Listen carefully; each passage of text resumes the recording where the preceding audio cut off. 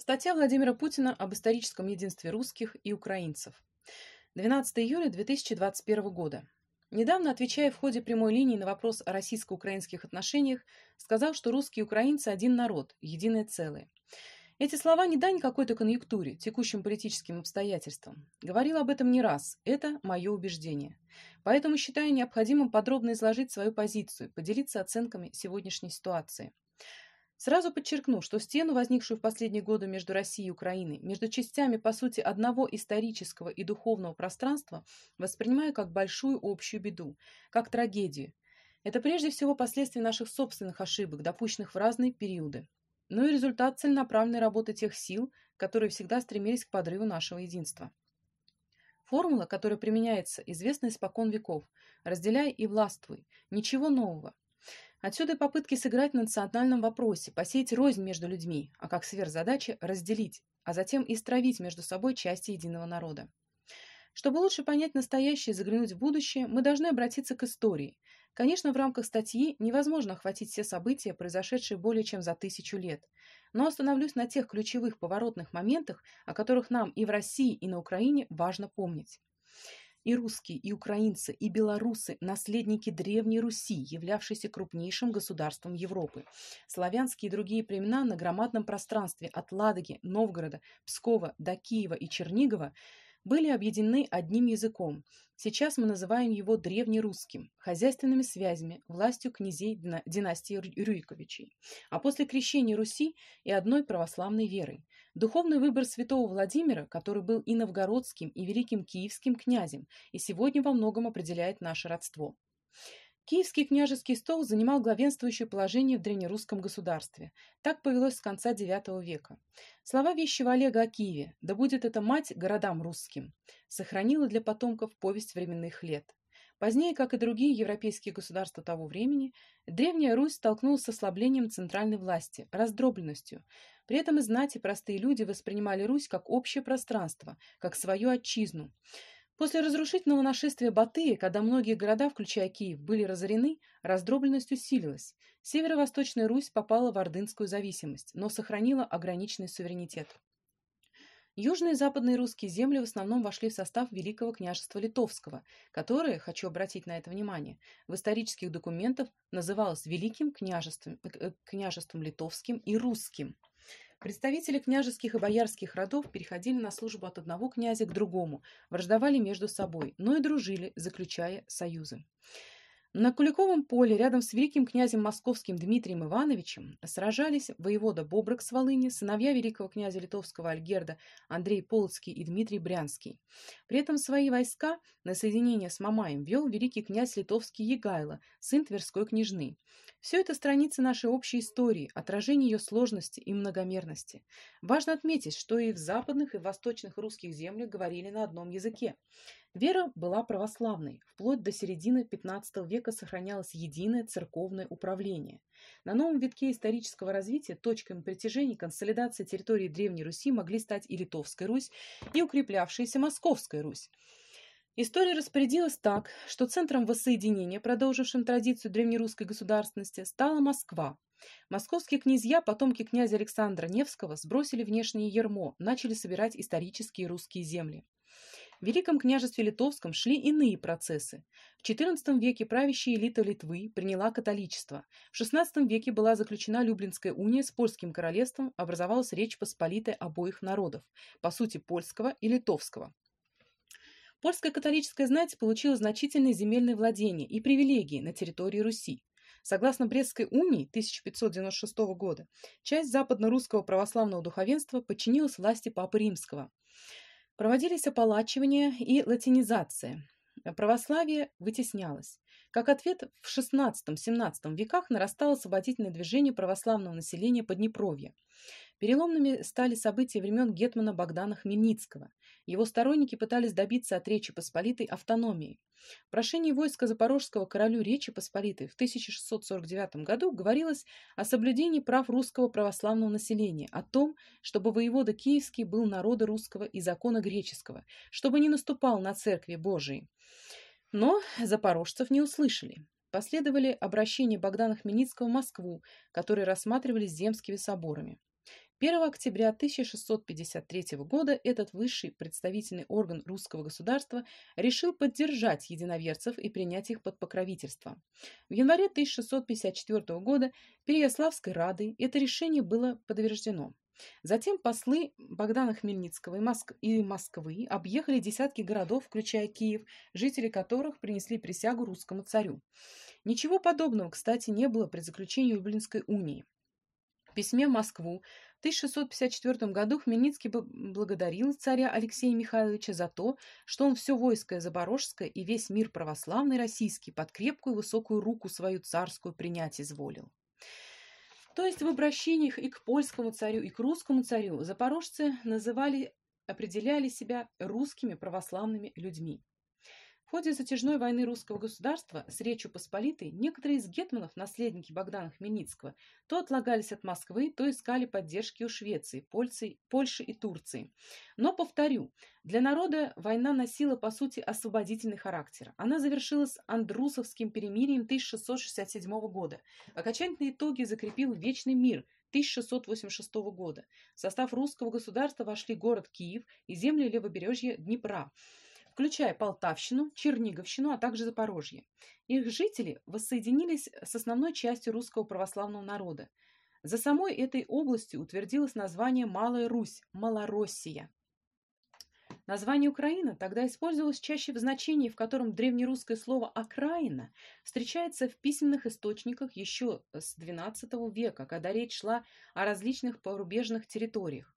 А слово «украинец», если судить также по архивным документам, первоначально означало пограничных служилых людей, обеспечивавших защиту внешних рубежей.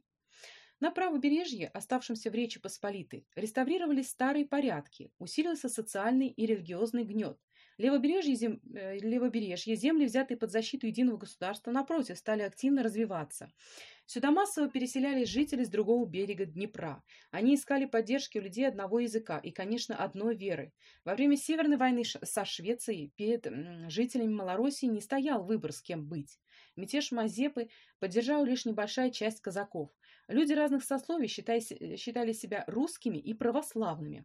Представители казачьей старшины, включенные в дворянское сословие, достигали в России высот политической, дипломатической и военной карьеры. Выпускники Киево-Могилянской академии играли ведущую роль в церковной жизни. Так было и во времена гетманства, по сути автономного государственного образования со своим особым внутренним устройством, а затем и в Российской империи. Малороссы во многом и созидали большую общую страну, ее государственность, культуру, науку. Участвовали в освоении и развитии Урала, Сибири, Кавказа, Дальнего Востока. Кстати, и в советский период уроженцы Украины занимали самые значимые, в том числе высшие посты в руководстве единого государства. Достаточно сказать, что и в общей сложности без малого 30 лет КПСС возглавлял Никита Хрущев и Леонид Брежнев, чья партийная биография была самым тесным образом связана с Украиной. Во второй половине XVIII века после войн с Османской империей в состав России вошли Крым, а также земли Причерноморья, получившие название Новороссия. Они заселялись выходцами из всех российских губерний. После разделов Речи Посполитой Российская империя возвратила западные древнерусские земли, за исключением Галиции и Закарпатья, которые оказались в австрийской, а впоследствии в Австро-Венгерской империи. Интеграция западно-русских земель в общее государственное пространство являлась не только результатом политических и дипломатических решений. Она проходила на основе общей веры и культурных традиций. И вновь особо отмечу языковой близости. Так, еще в начале XVII века один из иерархов униатской церкви, Иосиф Рудский, сообщал в Рим, что жители Московии называют русских из Речи Посполитой своими братьями, что письменный язык у них совершенно одинаков, а разговорный хоть и отличается, но незначительно. По его выражению, как у жителей Рима и Бергама. Это, как мы знаем, центр и север современной Италии. Конечно, за многие века раздробленности жизни в разных государствах возникли региональные языковые особенности, говоры. Язык литературный обогащался за счет народного. Огромную роль здесь играли Иван Котляревский, Григорий Сковорода, Тарас Шевченко. Их произведения являются нашим общим литературным и культурным достоянием. Стихи Тараса Шевченко созданы на украинском языке, а проза в основном на русском. Книги Николая Гоголя, патриота России, уроженца Полтавщины, написаны на русском языке, полны малороссийскими народными выражениями и фольклорными мотивами. Как можно поделить это наследие между Россией и Украиной? И зачем это делать? Юго-западные земли Российской империи, Малороссия и Новороссия, Крым развивались как многообразные по своему этническому и религиозному составу. Здесь жили крымские татары, армяне, греки, евреи, караимы, крымчаки, болгары, поляки, сербы, немцы и другие народы. Все они сохраняли свою веру, традиции и обычаи. Не собираясь ничего идеализировать, известный и Валуевский циркуляр 1863 года и Эмский акт 1876 года, ограничивавший издание и ввоз из-за границы религиозной и общественно-политической литературы на украинском языке. Но здесь важен исторический контекст. Эти решения принимались на фоне драматических событий в Польше, стремления лидеров польского национального движения использовать украинский вопрос в своих интересах. Добавлю, что художественные произведения, сборники украинских текстов, народных песен продолжали издаваться. Объективные факты говорят о том, что в Российской империи шел активный процесс развития малороссийской культурной идентичности в рамках большой русской нации, соединявшей великороссов, малороссов и белорусов. Одновременно в среде польской элиты и некоторой части малороссийской интеллигенции возникали и укреплялись представления об отдельном от русского украинском народе. Исторической основы здесь не было и не могло быть, поэтому выводы строились на самых разных вымыслах, вплоть до того, что украинцы якобы вообще не славяне, или наоборот, что украинцы это настоящие славяне, а русские московиты. Нет.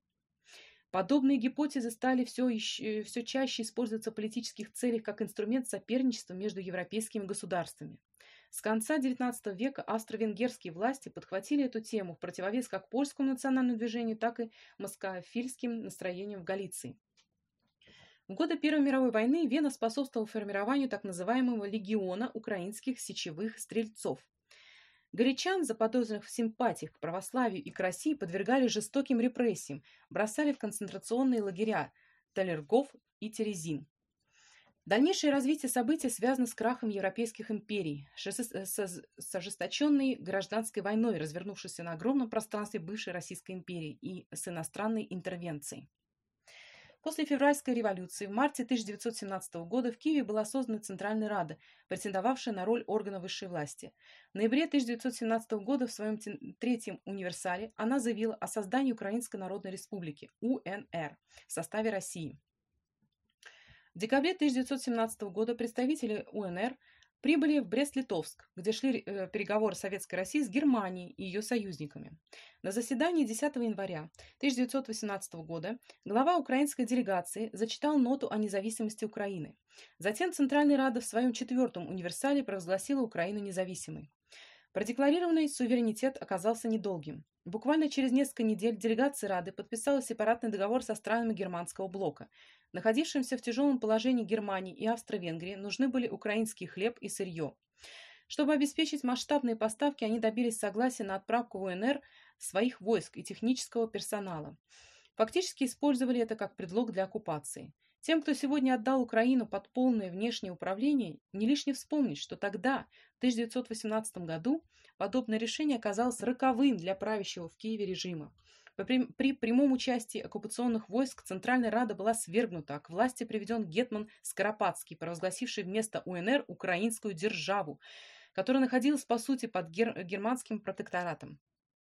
В ноябре 1918 года, после революционных событий в Германии и Австро-Венгрии, Скоропадский, лишившийся поддержки немецких штыков, взял другой курс и заявил, что Украине первой предстоит выступить в деле образования Всероссийской Федерации. Однако вскоре режим вновь сменился. Наступило время так называемой директории. Осенью 1918 года украинские националисты провозгласили Западноукраинскую Народную Республику, ЗУНР, а в январе 1919 года объявили о ее объединении с Украинской Народной Республикой. В июле 1919 года украинские части были разгромлены польскими войсками. Территория бывшей ЗУНР оказалась под властью Польши. В апреле 1920 года Петлюра, один из героев, которых навязывают современной Украине, заключил от имени директории УНР секретные конвенции, по которым в обмен на военную поддержку отдал Польше земли Галиции и Западной Волыни. В мае 1920 года петлюровцы вступили в Киев в обозе польских частей, но ненадолго. Уже в ноябре 1920 года, после перемирия между Польшей и Советской Россией, остатки петлюровских войск сдались тем же полякам. На примере УНР видно, насколько неустойчивыми были разного рода квазигосударственные образования, возникавшие на пространстве бывшей Российской империи в ходе гражданской войны и смуты. Националисты стремились к созданию своих отдельных государств. Лидеры Белого движения выступали за неделимую Россию. Не представляли себя вне России и многие республики, учрежденные сторонниками большевиков. Вместе с тем, по разным мотивам, вожди большевистской партии порой буквально выталкивали их за пределы Советской России. Так, в начале 1918 года была провозглашена Донецкая Криворожская Советская Республика, которая обратилась в Москву с вопросом о вхождении в Советскую Россию. Последовал отказ. Владимир Ленин встречался с руководителями этой республики и убеждал их действовать в составе Советской Украины. 15 марта 1918 года ЦК РКПБ прямо постановил направить на Украинский съезд Советов делегатов, в том числе из Донецкого бассейна, и создать на съезде одно правительство для всей Украины. Территории Донецко-Криворожской Советской Республики в дальнейшем в основном и составили области юго-востока Украины. Парижскому договору 1921 года между РСФСР, УССР и Польшей западные земли бывшей Российской империи отошли Польше. В межвоенный период польское правительство развернуло активную переселенческую политику, стремясь изменить этнический состав в восточных кресах. Так в Польше называли территории нынешней Западной Украины, Западной Белоруссии и части Литвы. Проводилась жесткая полонизация, местная культура и традиции подавлялись. В дальнейшем уже в годы Второй мировой войны радикальные группировки украинских националистов использовали это как повод для террора не только против польского, но и еврейского, русского населения. В 1922 году при создании СССР, одним из учредителей которого выступила УССР, после достаточно острой дискуссии среди лидеров большевиков был реализован ленинский план образования союзного государства как Федерации равноправных республик. В текст декларации об образовании Союза СССР, а затем в Конституцию СССР 1924 года внесли право свободного выхода республик из Союза. Таким образом, в основании нашей государственности была заложена самая опасная мина замедленного действия. Она и взорвалась, как только исчез страховочный предохранительный механизм в виде руководящей роли КПСС, который в итоге сама развалилась изнутри. Начался парад суверенитетов. 8 декабря 1991 года было подписано так называемое Беловежское соглашение о создании Содружества независимых государств, в котором объявлялось, что Союз СССР, как субъект международного права и геополитической реальности, прекращает свое существование. Кстати, устав СНГ, принятый еще в 1993 году, Украина не подписала и не ратифицировала.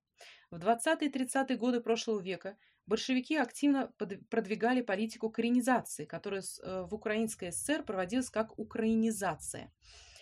Символично, что в рамках этой политики с согласия советских властей в СССР вернулся и был избран членом Академии наук М. Грушевский, бывший председатель Центральной Рады, один из идеологов украинского национализма, в свое время пользовавшийся поддержкой Австро-Венгрии. Коренизация, безусловно, сыграла большую роль в развитии и укреплении украинской культуры, языка, идентичности. Вместе с тем, под видом борьбы с так называемым русским великодержавным шовинизмом, украинизация зачастую навязывалась тем, кто себя украинцем не считал. Именно советская национальная политика вместо большой русской нации, три единого народа, состоявшего из великороссов, малороссов и белорусов, закрепила на государственном уровне положение о трех отдельных славянских народах – русском, украинском и белорусском. В 1939 году земли, ранее захваченные Польшей, были возвращены в СССР. Их значительная часть присоединена к Советской Украине. В 1940 году в УССР вошла часть Бессарабии, оккупированной Румынией в 1918 году, и Северная Буковина. В 1948 году Черноморский остров Змеиный. В 1954 году в состав УССР была передана Крымская область РСФСР с грубым нарушением действовавших на тот момент правовых норм. Отдельно скажу о судьбе Подкарпатской Руси, которая после распада Австро-Венгрии оказалась в Чехословакии. Значительную часть местных жителей составляли русины. Об этом сейчас мало вспоминают, но после освобождения Закарпатья советскими войсками съезд православного населения края высказался за включение Подкарпатской Руси в РСФСР или непосредственно в СССР на правах отдельной Карпато-Русской республики. Но это мнение людей проигнорировали. И летом 1945 года было объявлено, как писала газета «Правда», об историческом акте воссоединения Закарпатской Украины со своей издавней родиной Украиной. Таким образом, современная Украина целиком и полностью детище советской эпохи. Мы знаем и помним, что в значительной степени она создавалась за счет исторической России. Достаточно сравнить, какие земли воссоединились с российским государством в XVII веке и с какими территориями УССР вышла из состава Советского Союза. Большевики относились к русскому народу как к неисчерпаемому материалу для социальных экспериментов. Они грезили мировой революцией, которая, по их мнению, вообще отменит национальное государство. Поэтому произвольно нарезали границы, раздавали щедрые территориальные подарки. В конечном счете, чем именно руководствовались лидеры большевиков, кромсая страну, уже не имеет значения. Можно спорить о деталях, о подоплеке и логике тех и иных решений. Очевидно одно – Россия фактически была ограблена. Работа над этой статьей основывался не на каких-то секретных архивах, а на открытых документах, которые содержат хорошо известные факты. Руководители современной Украины и их внешние покровители предпочитают об этих фактах не вспоминать. Зато по самым разным поводам, к месту и не к месту, в том числе за рубежом, сегодня принято осуждать преступления советского режима, причисляя к ним даже те события, к которым ни КПСС, ни СССР, ни тем более современной России не имеют никакого отношения. При этом действия большевиков по отторжению от России ее исторических территорий преступным актом не считаются. Понятно почему. Раз это привело к ослаблению России, то наших недоброжелателей это устраивает. В СССР границы между республиками, конечно же, не воспринимались как государственные, носили условный характер в рамках единой страны, которая при всех атрибутах федерации по существу была в высшей степени централизованной за счет, повторю, руководящей роли КПСС. Но в 1991 году все эти территории, а главное люди, которые там жили, в одночасье оказались за границей и были уже действительно оторваны от исторической родины. Ну что тут скажешь? Все меняется, в том числе страны, общество. И, конечно, часть одного народа в ходе своего развития в силу ряда причин, исторических обстоятельств, может в определенный момент ощутить, осознать себя отдельной нацией. Как к этому относиться? Ответ может быть только один – с уважением. Хотите создать собственное государство? Пожалуйста, но на каких условиях? Напомню здесь оценку, которую дал один из самых ярких политических деятелей Новой России, первый мэр Санкт-Петербурга Собчак. Как высокопрофессиональный юрист он считал, что любое решение должно быть легитимно, и потому в 1992 году высказал следующее мнение. Республики, учредители Союза, после того, как они сами же аннулировали договор 1922 года, должны вернуться в те границы, в которых они вступили в состав Союза. Все же остальные территориальные приобретения – это предмет для обсуждения, переговоров, потому что аннулировано основание. Другими словами, уходите с тем, с чем пришли. С такой логикой трудно поспорить. Добавлю только, что произвольную перекройку границ большевики, как я уже отмечал, начали еще до создания Союза, и все манипуляции с территориями проводили волюнтаристски, игнорируя мнение людей. Российская Федерация признала новые геополитические реалии, и не просто признала, а многое сделала, чтобы Украина состоялась как независимая страна. В трудные 90-е годы и в новом тысячелетии мы оказывали Украине весомую поддержку. В Киеве используют свою политическую арифметику, но в 1991-2013 годах только за счет низких цен на газ Украина сэкономила для своего бюджета более 82 миллиардов долларов, а сегодня буквально цепляется за $1,5 миллиарда долларов российских платежей за транзит нашего газа в Европу. Тогда как при сохранении экономических связей между нашими странами положительный эффект для Украины исчислялся бы десятками миллиардов долларов. Украина и Россия десятилетиями, веками развивалась как единая экономическая система. В глубине кооперации, которая у нас была 30 лет назад, сегодня могли бы позавидовать страны Евросоюза. Мы являемся естественными, взаимодополняющими друг друга экономическими партнерами. Такая тесная взаимосвязь способна усиливать конкурентные преимущества, приумножать потенциал обеих стран.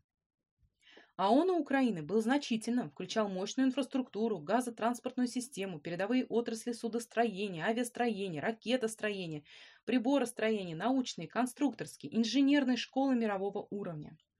Получив такое наследие, лидеры Украины, объявляя о независимости, обещали, что украинская экономика станет одной из ведущих, а уровень жизни людей одним из самых высоких в Европе. Сегодня промышленные высокотехнологические гиганты, которым некогда гордились и Украина, и вся страна, лежат на боку. За последние 10 лет выпуск продукции машиностроения упал на 42%. Масштаб деиндустриализации и в целом деградации экономики виден по такому показателю, как выработка электроэнергии, которая за 30 лет на Украине сократилась практически вдвое. И, наконец, по данным МВФ, в 2019 году, еще до эпидемии коронавируса, уровень подушевого ВВП Украины составил меньше $4000. Это ниже Республики Албании, Республики Молдовы и непризнанного Косово. Украина сейчас беднейшая страна Европы. Кто в этом виноват? Разве народ Украины? Конечно же нет. Именно украинские власти растранжирили, пустили на ветер достижения многих поколений. Мы же знаем, насколько трудолюбив и талантлив народ Украины. Он умеет настойчиво и упорно добиваться успехов, выдающихся результатов. И эти качества, как открытость, природный оптимизм, гостеприимство, никуда не делись. Остаются прежними и чувства миллионов людей, которые относятся к России не просто хорошо, а с большой любовью, так же, как мы к Украине. До 2014 года сотни соглашений, совместных проектов работали на развитие наших экономик, деловых и культурных связей, на укрепление безопасности, на решение общих социальных и экологических задач. Приносили ощутимую пользу людям и в России, и на Украине. Именно это мы считали главным. И потому плодотворно взаимодействовали со всеми, подчеркну, со всеми руководителями Украины. Даже после известных событий в Киеве в 2014 году давал поручение российскому правительству продумать варианты контактов по линии профильных министерств и ведомств в части сохранения и поддержки наших экономических связей. Однако встречного желания как не было, так до сих пор и нет. Тем не менее, Россия по-прежнему входит в тройку главных торговых партнеров Украины, а сотни тысяч украинцев приезжают к нам на заработки и встречают здесь радушие и поддержку. Такая вот получается страна-агрессор.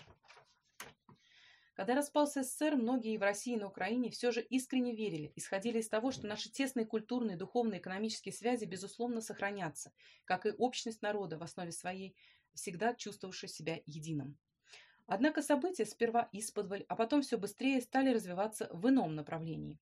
По сути, украинские элиты решили обосновать независимость своей страны через отрицание ее прошлого, правда, за исключением вопроса границ.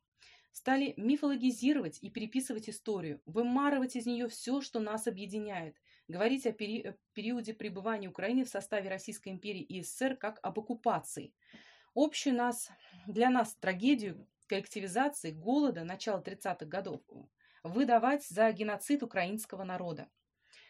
Открыто и все наглее заявляли о своих амбициях радикалы и неонацисты. Им потакали и официальные власти, и местные олигархи, которые, ограбив народ Украины, украденно держат в западных банках и готовы продать мать родную, чтобы сохранить капиталы.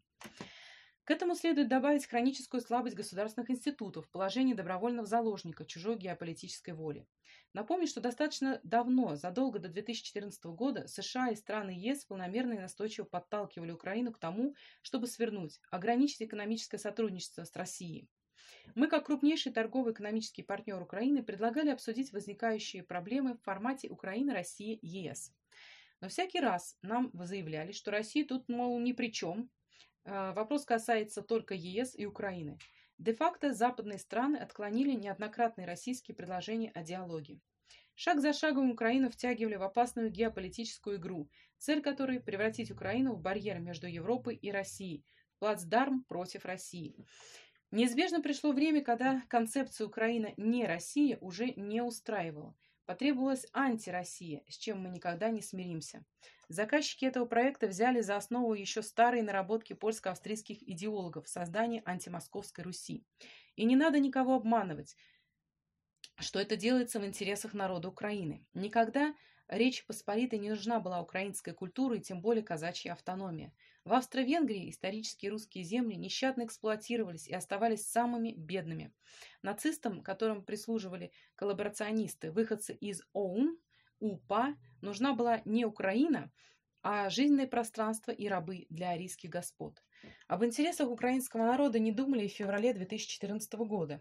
Справедливое недовольство людей, вызванное острейшими социально-экономическими проблемами, ошибками, непоследовательными действиями тогдашних властей, просто цинично использовали. Западные страны напрямую вмешались во внутренние дела Украины, поддержали переворот. Его тараном выступили радикальные националистические группировки. Их лозунги, идеология, откровенная агрессивная русофобия во многом и стали определять государственную политику на Украине. Под удару попало все. Все то, что объединяло нас и сближает до сих пор. Прежде всего, это русский язык. Напомню, что новые майданные власти первым делом попытались отменить закон о государственной и языковой политике. Потом был закон об очищении власти, закон об образовании, практически вычеркнувший русский язык из учебного процесса. И, наконец, уже в мае этого года действующий президент внес в Раду законопроект о коренных народах. Ими признаются лишь те, кто составляет этническое меньшинство и не имеет собственного государственного образования за пределами Украины. Закон принят, новые семена раздора посеяны. И это в стране, как уже отмечал, очень сложный по территориальному, национальному и языковому составу по истории своего формирования. Может прозвучать аргумент. Раз вы говорите о единой большой нации, триедином народе, то какая разница, кем люди себя считают – русскими, украинцами или белорусами? Полностью с этим согласен. Тем более, что определение национальной принадлежности, особенно в смешанных семьях, это право каждого человека, свободного в своем выборе. Но дело в том, что на Украине сегодня ситуация совершенно другая, поскольку речь идет о принудительной смене идентичности. И самое отвратительное, что русских на Украине заставляют не только отречься от своих корней, от поколений предков, но и поверить в то, что Россия их враг. Не будет преувеличением сказать, что курс на насильственную ассимиляцию, на формирование этнически чистого украинского государства, агрессивно настроенного к России, по своим последствиям сравним с применением против нас оружия массового поражения. В результате такого грубого, искусственного разрыва русских и украинцев совокупно русский народ может уменьшиться на сотни тысяч, а то и на миллионы. Ударили по нашему духовному единству. Как и во времена Великого княжества Литовского, затеяли новое церковное размежевание. Не скрывая, что преследуют политические цели, светские власти грубо вмешались в церковную жизнь и довели дело до раскола, до захвата храмов, избиения священников и монахов. Даже широкая автономия Украинской православной церкви при сохранении духовного единства с московским патриархатом их категорически не устраивает. Этот зримый, многовековой символ нашего родства им надо во что бы то ни стало разрушить. Думаю, закономерно и то, что представители Украины раз за разом голосуют против резолюции Генеральной Ассамблеи ООН, осуждающей героизацию нацизма. Под охраной официальных властей проходят марши, факельные шествия в честь недобитых военных преступников из эсэсовских формирований. В ранг национальных героев ставит Мазепу, который предавал всех по кругу, Петлюру, который за польское покровительство расплачивался украинскими землями, Бандеру, сотрудничавшего с нацистами.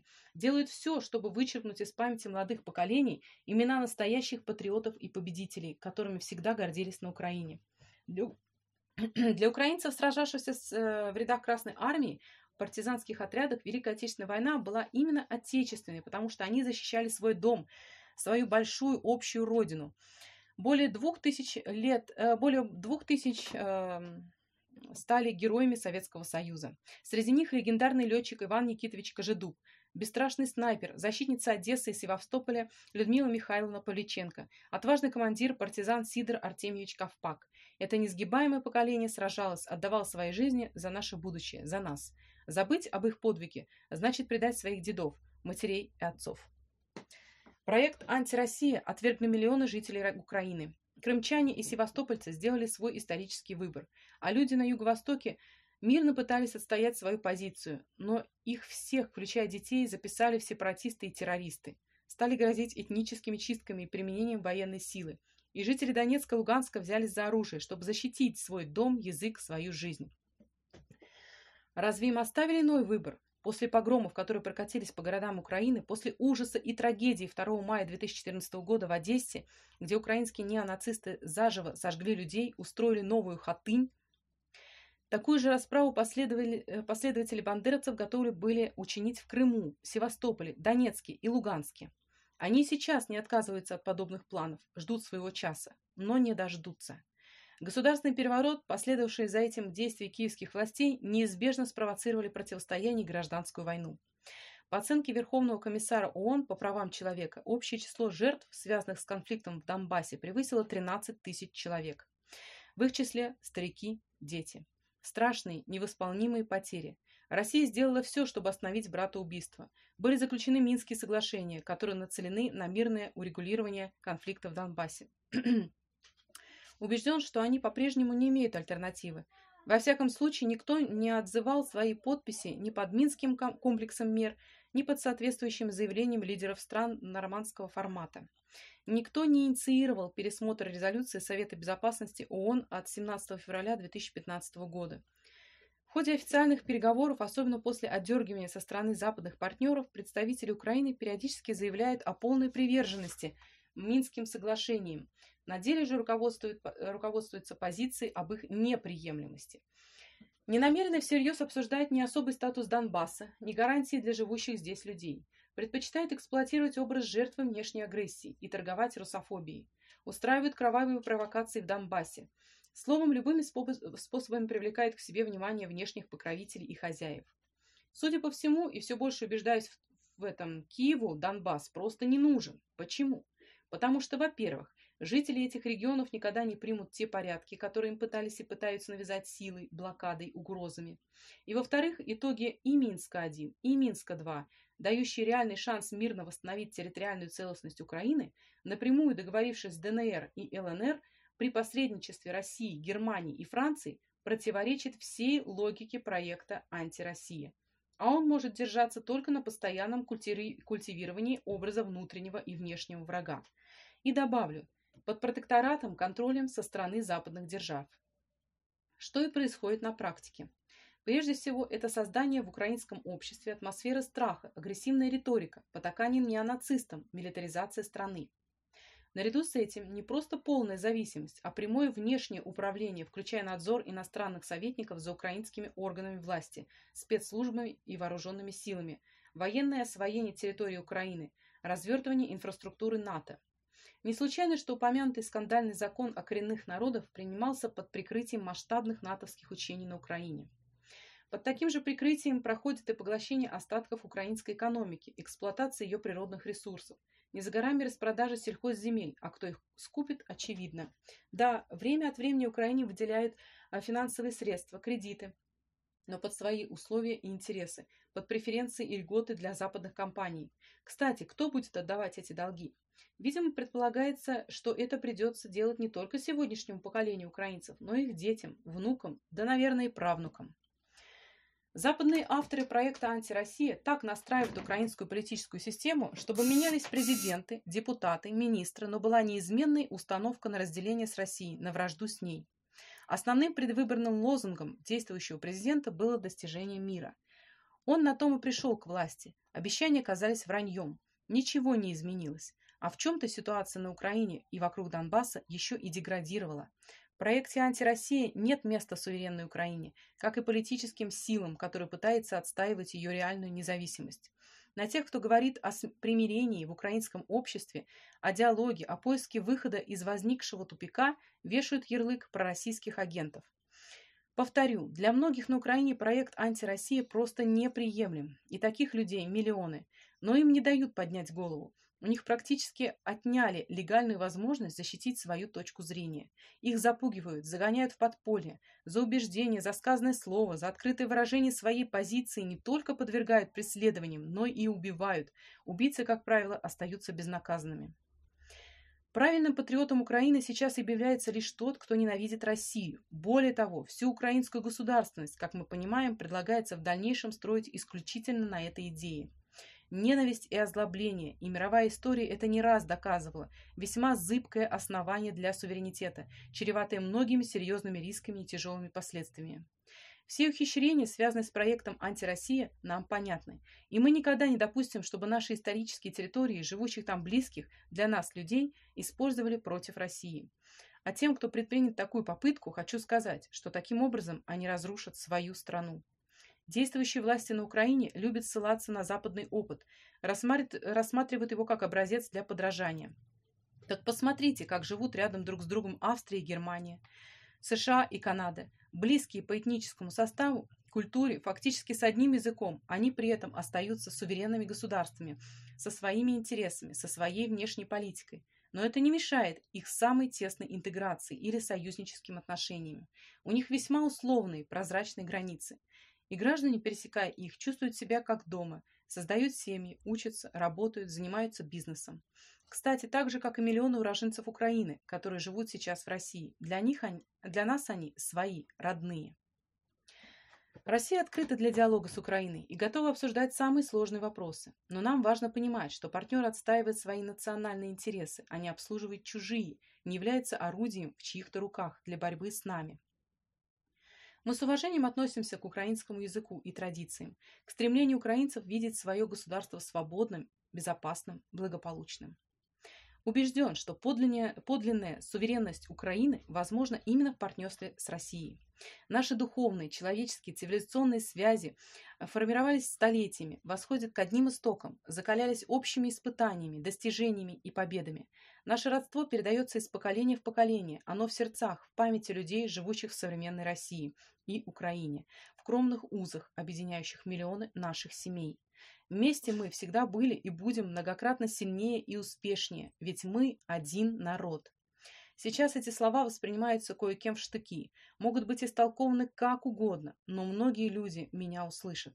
И скажу одно: Россия никогда не была и не будет антиукраиной, а какой быть Украине, решать ее гражданам.